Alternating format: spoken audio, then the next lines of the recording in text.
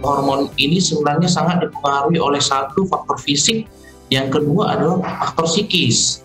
Jadi menstruasi itu bisa teratur, bisa tidak teratur kalau misalnya faktor fisik dan psikisnya itu baik atau dalam keadaan stabil. Dan efek jangka panjangnya yang paling kita menakutkan, kalau penebalan dinding rahim ini akan terjadi terus, itu akan menyebabkan 10-20 tahun lagi atau bahkan cepat akan mengalami kanker dinding rahim. Karena penebalan dinding rahim yang tidak terkontrol itu bisa menyebabkan meningkatnya faktor risiko terjadinya kanker dinding.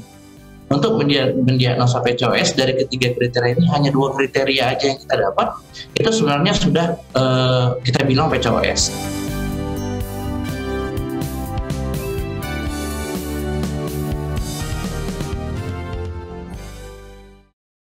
Shalom pemirsa, kita bertemu kembali di program Total Health. Program yang membahas bagaimana menjaga kesehatan kita secara optimal melalui pola hidup yang sehat dan yang sesuai dengan rencana pencipta kita. Ketika mendengar kata kista, ini pasti para wanita langsung takut ya, karena ada mitos-mitos yang mengatakan bahwa kalau sudah pernah terdapat kista di dalam sistem reproduksi wanita, nanti susah hamil, nanti takutnya jadi kanker, takutnya jadi ini, takutnya jadi itu, kebanyakan takut akhirnya nggak ke dokter gitu kan ya untuk mengecek kondisi tersebut. Untuk menjawab pertanyaan-pertanyaan ini, kita sudah pernah membahasnya di episode yang lalu mengenai konsep pengenalan terhadap PCOS atau Polycystic Ovary Syndrome.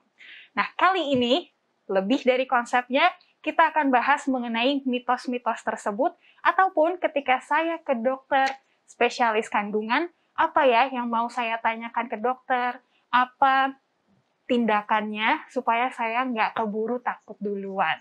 Untuk menjawab ini, tetaplah bersama kami di Total Health, hidup sehat, pilihan Anda.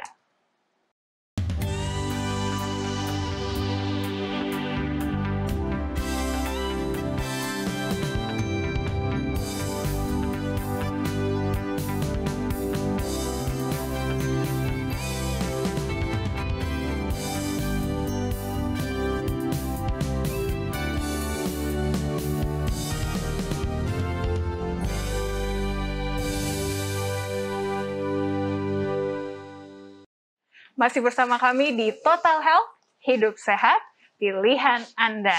Seperti biasa saya tidak sendiri, ada Kak Deto di sini. Halo Kak Deto, apa kabar? Halo Ivy, wah luar biasa.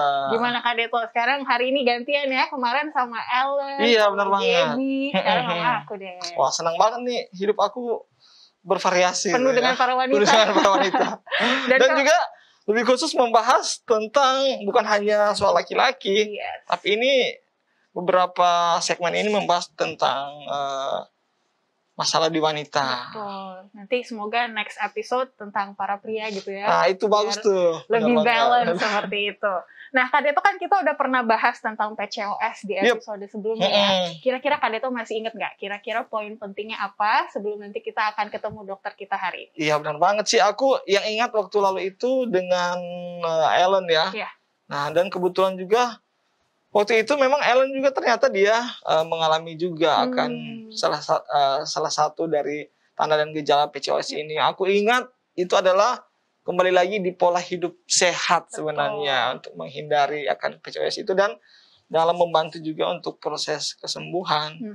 Jadi pola hidup total health ini, ya, kita tahu ya pola makan, olahraga, istirahat dan semuanya ternyata itu berpengaruh terhadap kesehatan baik wanita maupun juga laki-laki tentunya. Terlebih khusus dalam PCOS ini. Tapi mungkin karena topik ini banyak yang orang ingin belajar lagi ya atau ingin tahu, makanya kita adakan lagi nih, diperpanjang, extend lagi. Request-nya tinggi gitu ya. Benar banget. Jadi kita mau bahas lagi. Oke, nah pas Ellen juga pernah mengalami PCOS, saya juga dulu pernah. Wow, oke. Jadi mungkin orang berpikir PCOS jarang lah, gak usah lah dibahas gitu ya. Nanti aja kalau udah kena baru tanya-tanya dokter.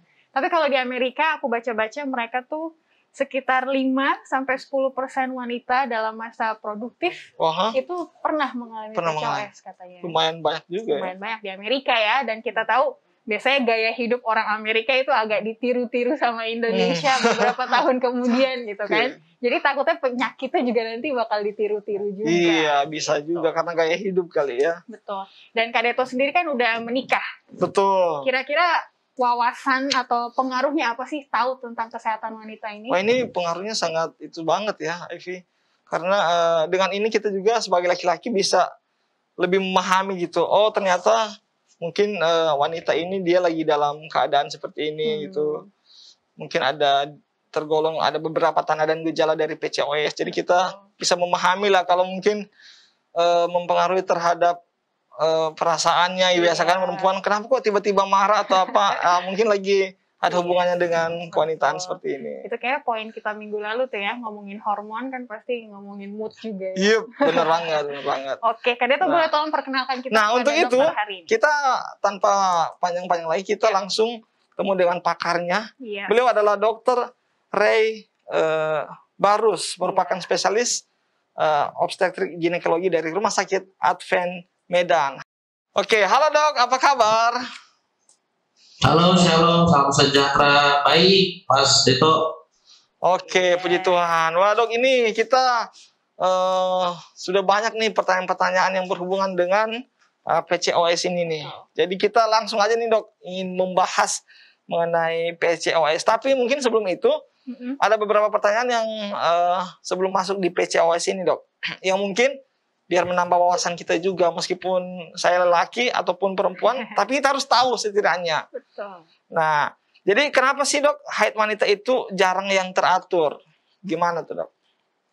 Ya, jadi kalau misalnya kita berbicara tentang haid atau menstruasi, itu memang kita perlu belajar dulu tentang namanya hormon. Oke, kemarin tadi Mbak Eva sudah menyinggung masalah hormonnya. Jadi hormon ini sebenarnya bekerjanya sangat kompleks seperti kita ibaratkan sebagai lampu merah, lampu lalu lintas kayak gitu. Jadi ada yang menyetopnya, ada yang memberikan jalan, ada lampu hijaunya, dan ada yang lampu merahnya. Tapi kalau misalnya dia lampu hijau semua, wah itu hormon itu nanti tambahnya akan berlebihan. Itu yang akan menyebabkan penyakit-penyakit termasuk seperti yang kita bahas hari ini adalah PCOS. Kayak gitu. Jadi sebenarnya apalagi hormon menstruasi itu sangat tergantung dari kontrolnya. Jadi kalau misalnya ibarat kontrol, kita bilang dia lampu merahnya deh, lampu lalu lintasnya gitu. Jadi hormon ini sebenarnya sangat dipengaruhi oleh satu faktor fisik, yang kedua adalah faktor psikis.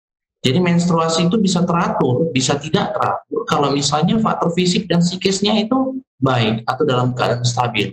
Karena mereka yang menjadi trigger awalnya atau yang menjadi perangsang awalnya untuk terjadinya menstruasi. Jadi kalau misalnya ada misalnya ya biasalah wanita misalnya selesai ujian atau putus sama pacarnya gitu ya, itu dia akan terganggu secara psikis. Nah itu pasti akan berpengaruh juga terhadap hormon yang dihasilkan oleh tubuhnya, sehingga lalu lintas dari hormonnya itu akan terganggu. Begitu juga dengan fisik juga kayak gitu. Kalau misalnya hormon itu sebenarnya itu kalau misalnya saya ambil jalan pintasnya atau supaya gampang memahaminya, supaya Mbak Aifa dan teman-teman itu sebagai wanita gampang untuk memahami kerja si hormon perempuan ini. Hormon perempuan ini salah satu namanya estrogen. Si estrogen ini sebenarnya bahan dasarnya adalah lemak. Jadi lemak ini nanti akan diubah menjadi hormon. Dia tidak akan diubah langsung menjadi hormon perempuan atau si estrogen, tapi dia diubah dulu menjadi hormon laki-laki, Bang. Jadi kenapa wanita itu juga ada hormon laki-lakinya? Jadi kalau diperiksa di darah, hormon laki-laki wanita itu tetap ada. Nah, setelah diubah menjadi hormon laki-laki yang sering kita bilang dia sebagai androgen, dia akan diubah menjadi hormon perempuan. Jadi kalau misalnya kita bayangkan si bahan dasarnya si lemak ini cukup tinggi, jadi hormon si androgennya ini juga dihasilkan dengan jumlah yang cukup tinggi. Sayangnya kalau hormon androgen yang cukup tinggi, dia nggak bakal diubah menjadi hormon perempuan, tapi dia stuck, dia berhenti berkumpul dan menumpuk di hormon laki-lakinya di wanita itu.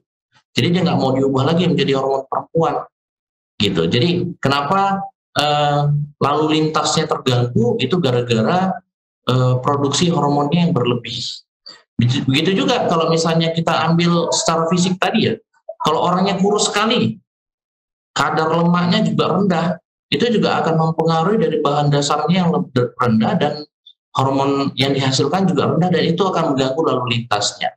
Nah, itu yang akan mempengaruhi kenapa sih kok wanita ini bisa dia haidnya teratur, kok tidak teratur, kayak gitu.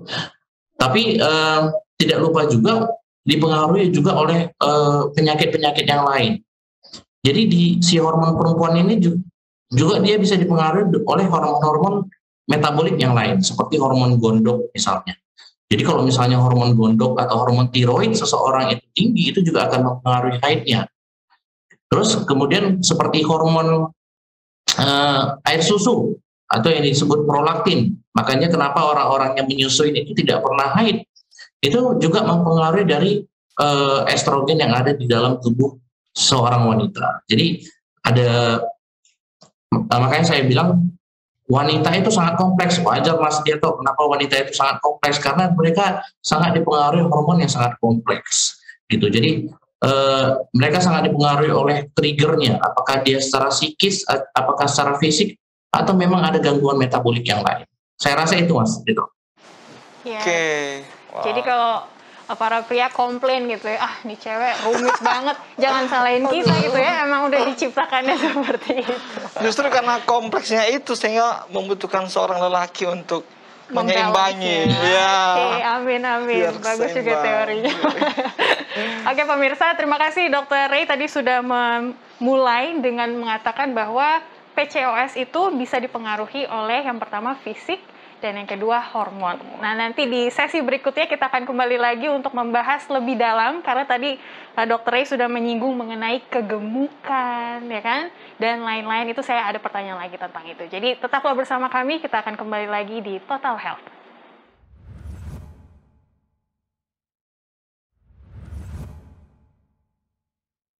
Ya, kita kembali lagi dalam acara Total Health, Hidup Sehat, Pilihan Anda, bersama dengan Dr.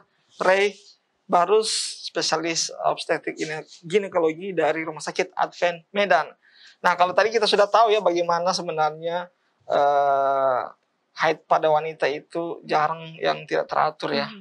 Nah, Ivy ini ada pertanyaan lagi nih. Yes. Kayaknya. Ini biasanya untuk para gadis beranggapan bahwa ya kalau nggak dapat haid enak deh, nggak repot gitu kan ya.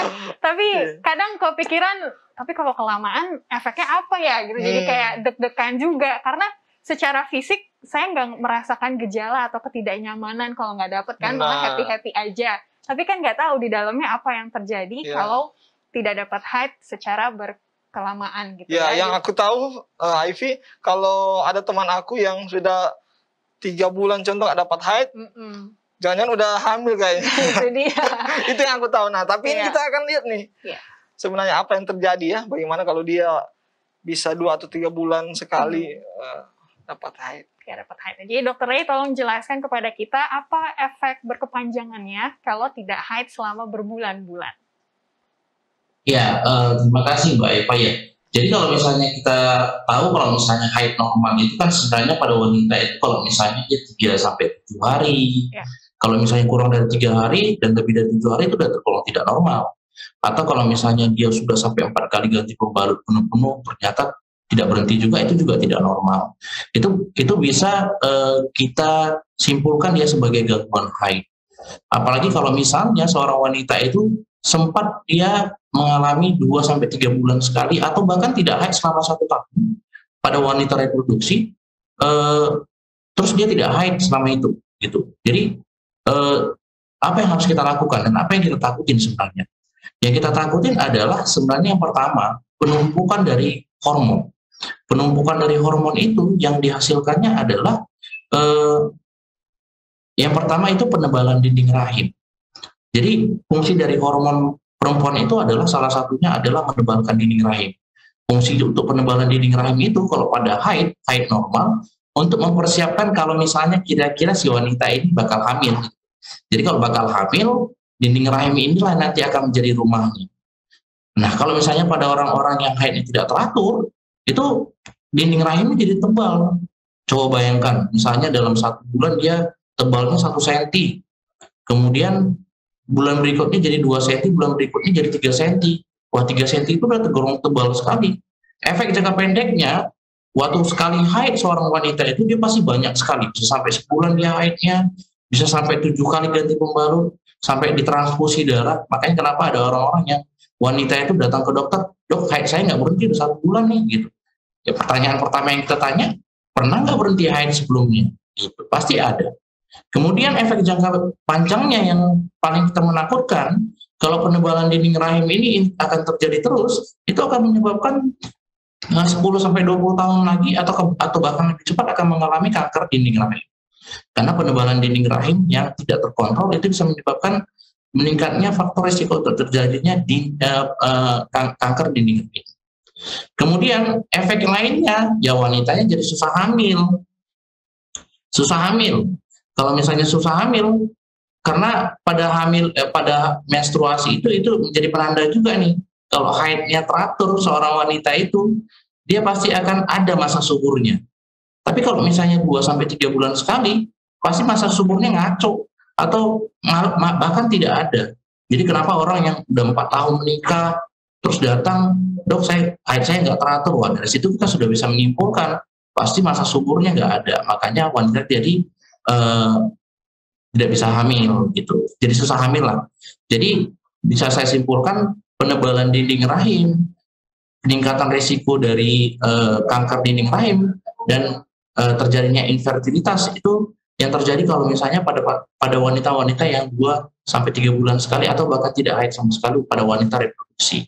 Itu dia Mbak Aifa sama Mas D. Yep.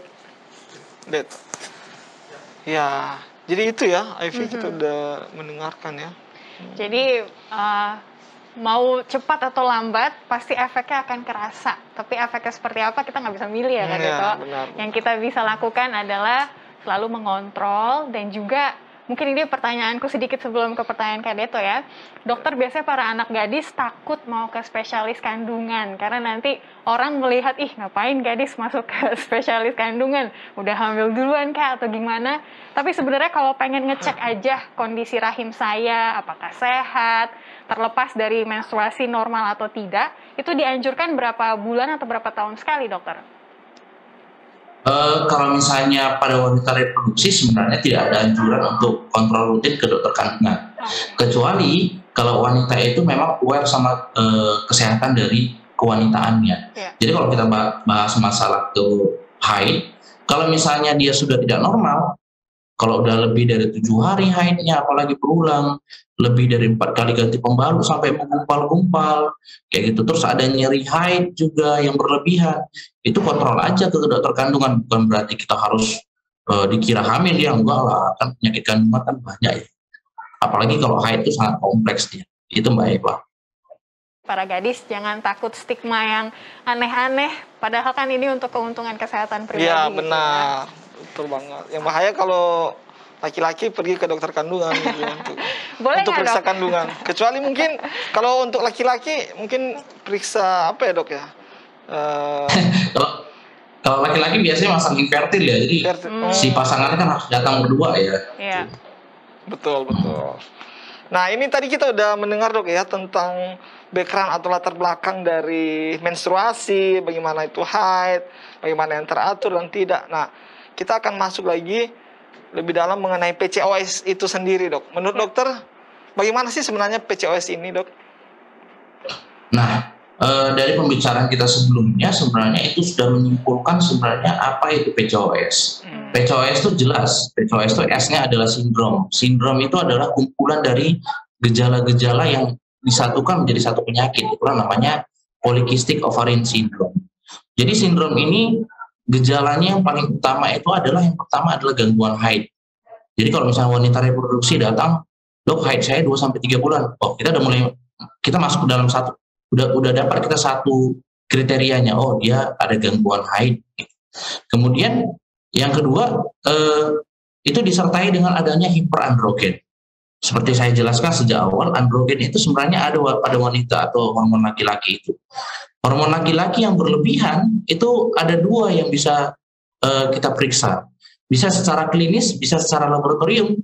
Jadi secara klinis nih, kalau secara klinis yang paling gampang. Nah, pada wanita kalau misalnya Mbak Eva lihat temannya ada yang berkumis, kemudian bulu tangan dan kakinya cukup banyak, apalagi sampai ada bulu dada dan janggut dan bulu punggungnya, itu udah tergolong sebagai hiperandrogen atau kelebihan hormonal laki-laki pada wanita.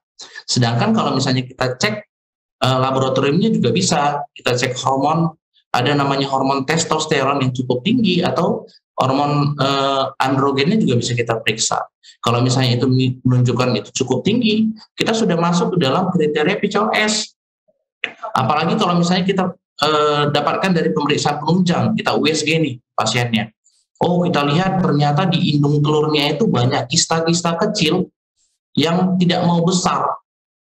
Kenapa begitu? Karena dia crash atau dia berhenti pertumbuhannya karena peningkatan dari hormon laki-laki yang cukup tinggi.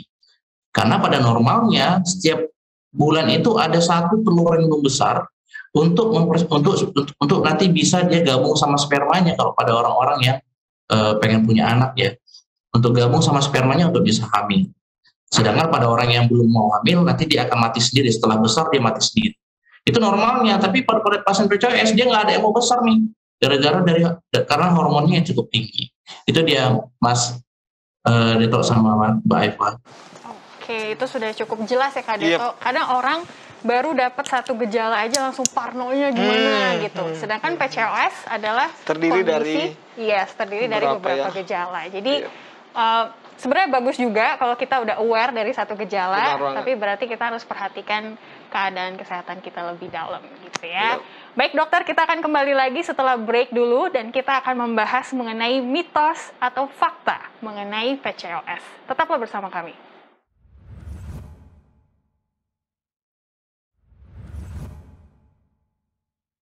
Oke, masih bersama kami di Total Health, hidup sehat, pilihan Anda. Kita akan melanjutkan diskusi kita mengenai Polycystic Ovarian Syndrome atau PCOS, yang mungkin di Indonesia dikenalnya kista-kista, padahal kista banyak banyak gitu banget. Ya. Dan PCOS juga kan banyak tanda dan gejalanya itu maksudnya tanda. Nah, kalau begitu Kak Deto boleh silakan. Nah, ini dok, misalnya contoh ada orang telah terkena PCOS ini, apakah masih bisa ada harapan untuk sembuh nggak dok? Ya, kalau misalnya kita balik lagi ke kenapa terjadi PCOS atau penyebab terjadi PCOS itu ada beberapa. Yang paling sering itu adalah secara genetik. Kemudian yang kedua dia adalah sebagai lifestyle yang terganggu, gitu. Jadi kalau secara genetik saya rasa itu tidak mungkin akan diperbaiki, cuma bisa kita kontrol. Tapi kalau misalnya yang namanya gangguan lifestyle itu sangat mungkin untuk kita ubah ya, atau kita selesaikan masalah PCOS-nya, kita obatin.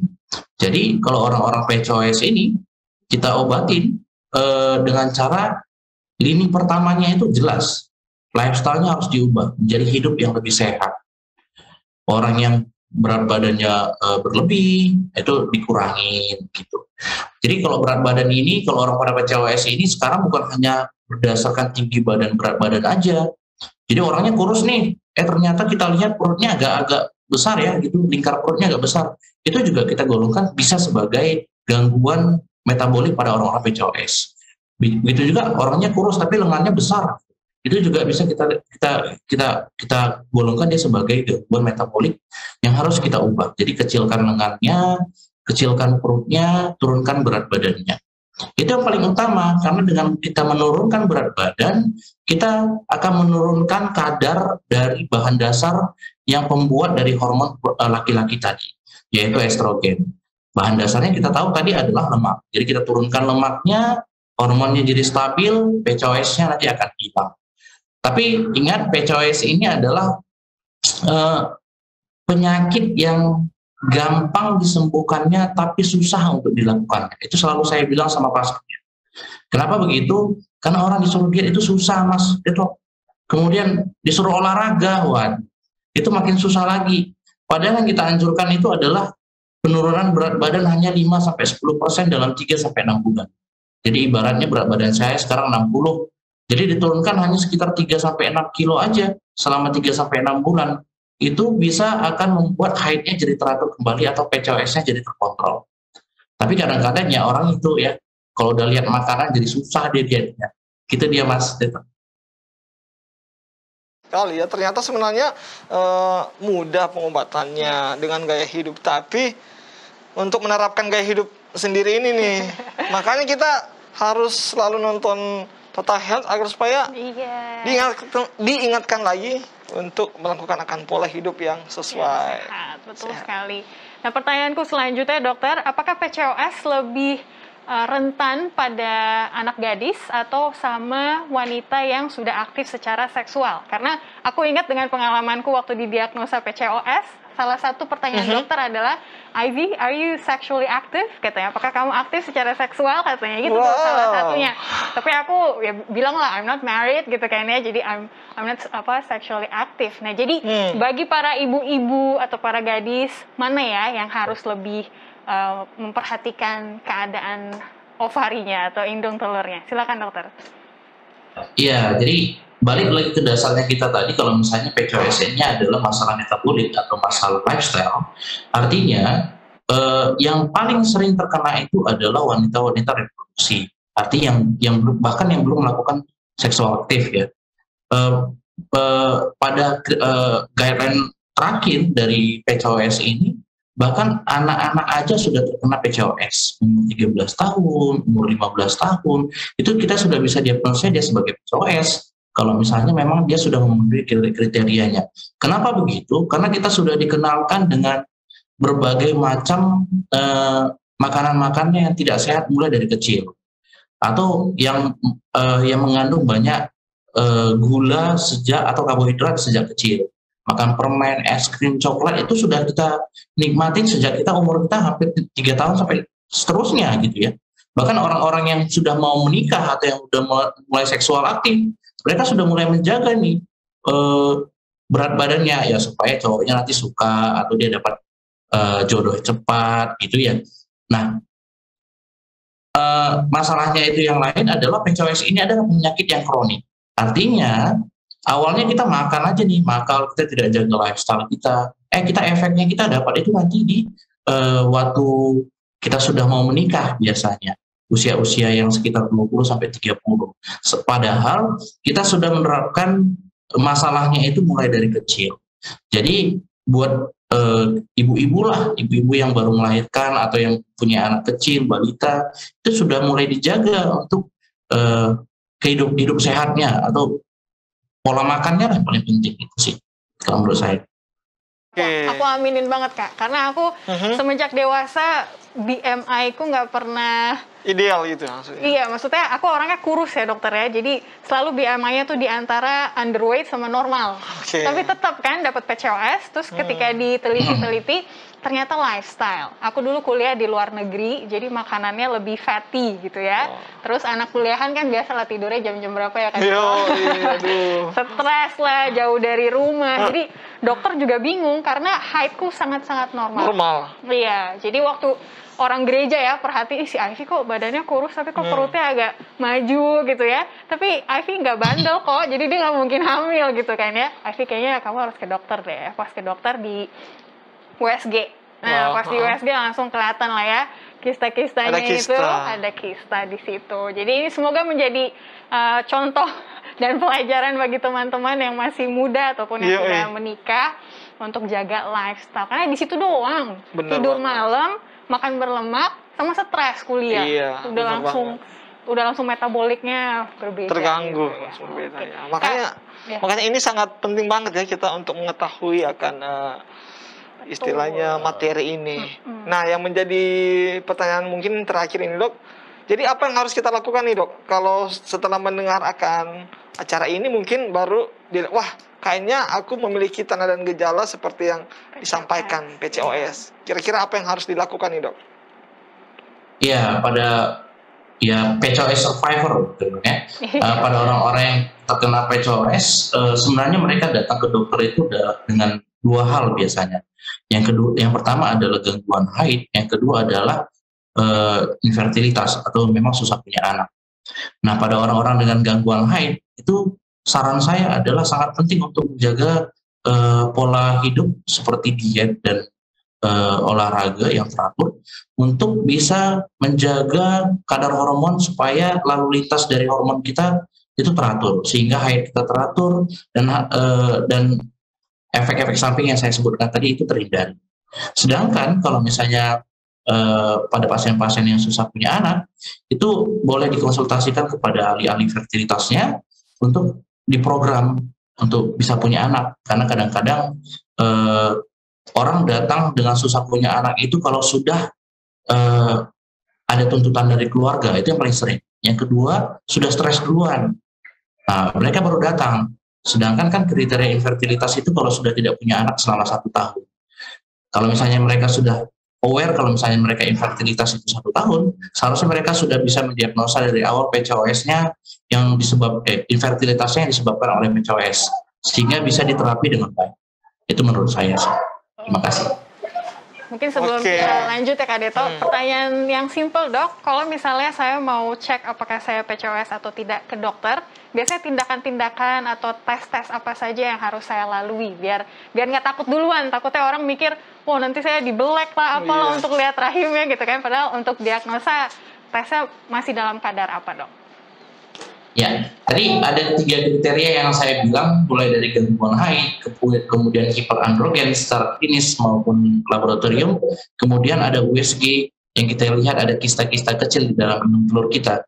Untuk mendiagnosa PCOS dari ketiga kriteria ini hanya 2 kriteria aja yang kita dapat, itu sebenarnya sudah kita bilang PCOS. Jadi sebenarnya kita sendiri hampir 70% sampai 80% wanita PCOS itu sudah bisa mendiagnosa dirinya itu sendiri PCOS sebelum ke dokter.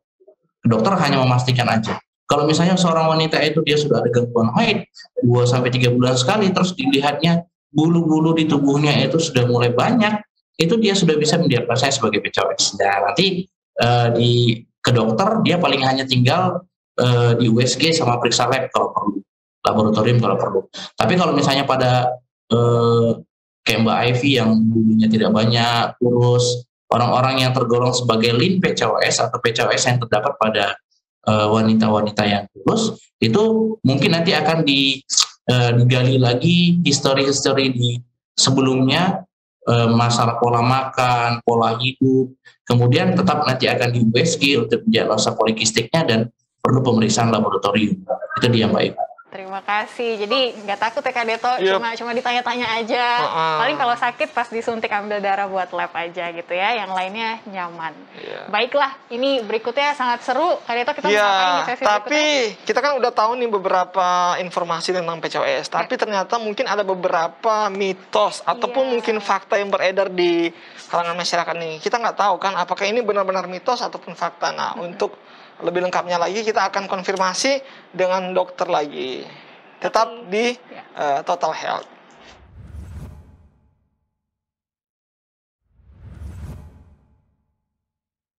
Ya, kita kembali lagi dalam acara Total Health, hidup sehat pilihan Anda.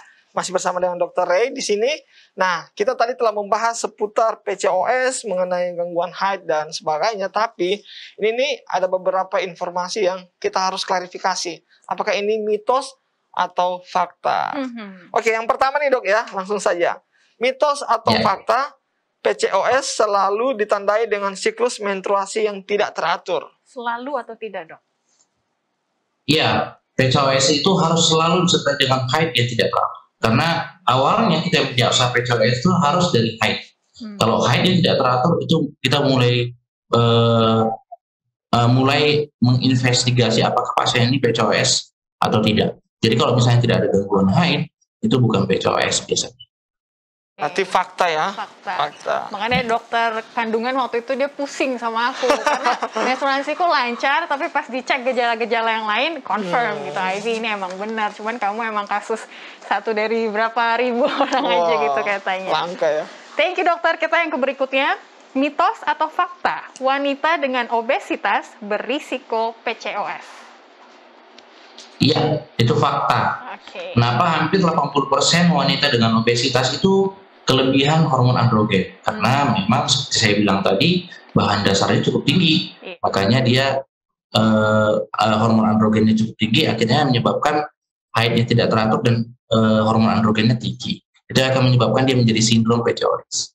Oke, aku ada pertanyaan sedikit Kak Deto. Sure. Aku baca-baca dokter katanya kalau bukan cuma obesitas, tapi mereka yang sudah mengidap diabetes itu harus lebih hati-hati lagi karena ada obat yang berhubungan dengan insulin gitu-gitu, jadi nanti preskripsinya berbeda. Boleh tolong dokter jelaskan?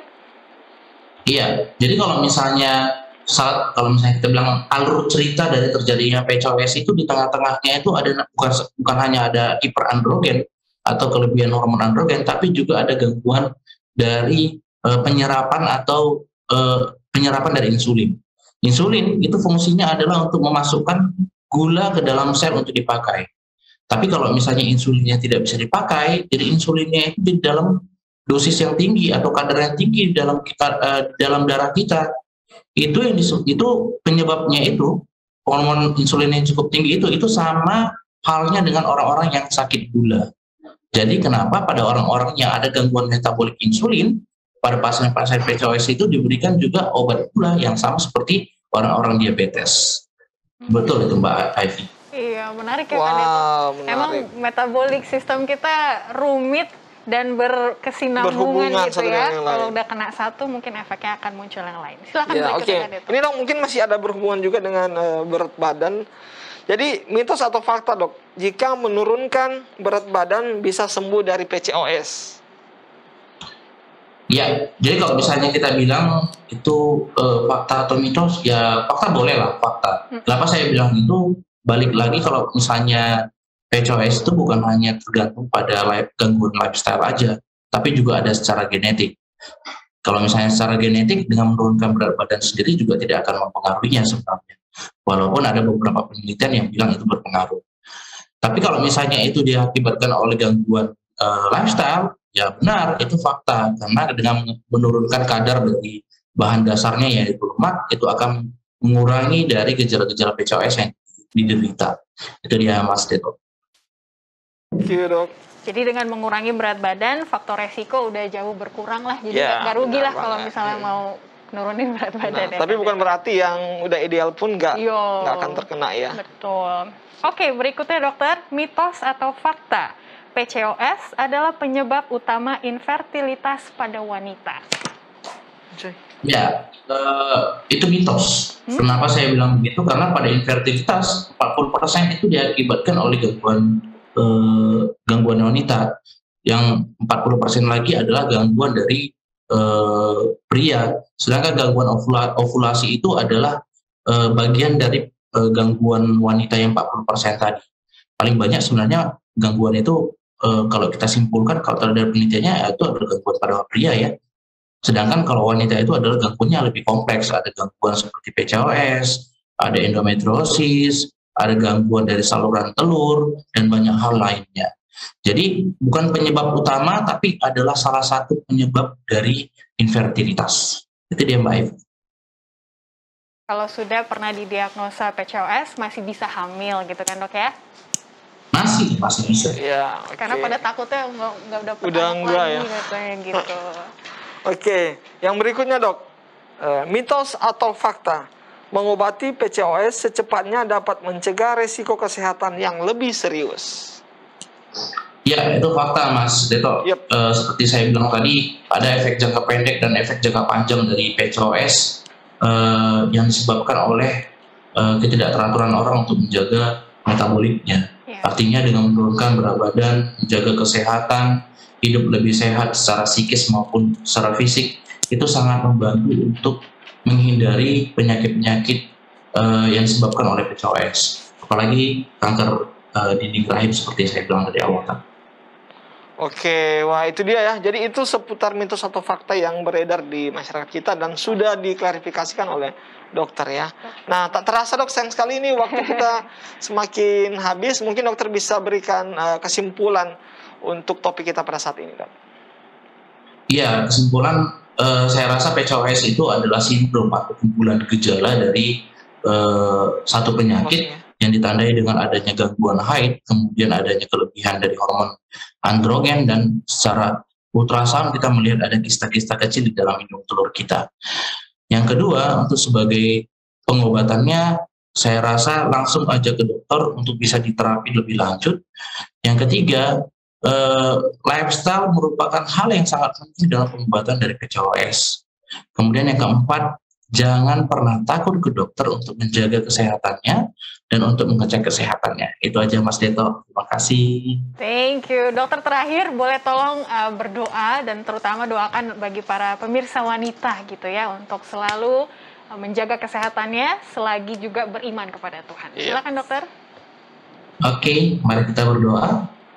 Terima kasih Tuhan Yesus atas segala berkat dan anugerah yang Kau berikan kepada kami sampai pada hari ini. Terima kasih juga kami sudah menyelesaikan acara talk show kami hari ini Tuhan dengan sangat baik. Kami berbicara masalah PCOS. Pada hari ini Engkau tahu Tuhan begitu banyak penderita-penderita PCOS yang ada di dunia ini Tuhan.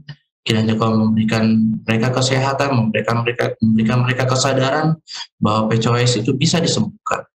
Dan ingatkan mereka untuk selalu berdoa kepadamu Tuhan, untuk selalu mereka meminta pertolongan kepadamu untuk mereka dapat sembuh dari penyakit-penyakit mereka. Terima kasih Tuhan, kami serahkan hari ini ke dalam tangan-Mu, kami berdoa di dalam nama Yesus yang hidup. Amin.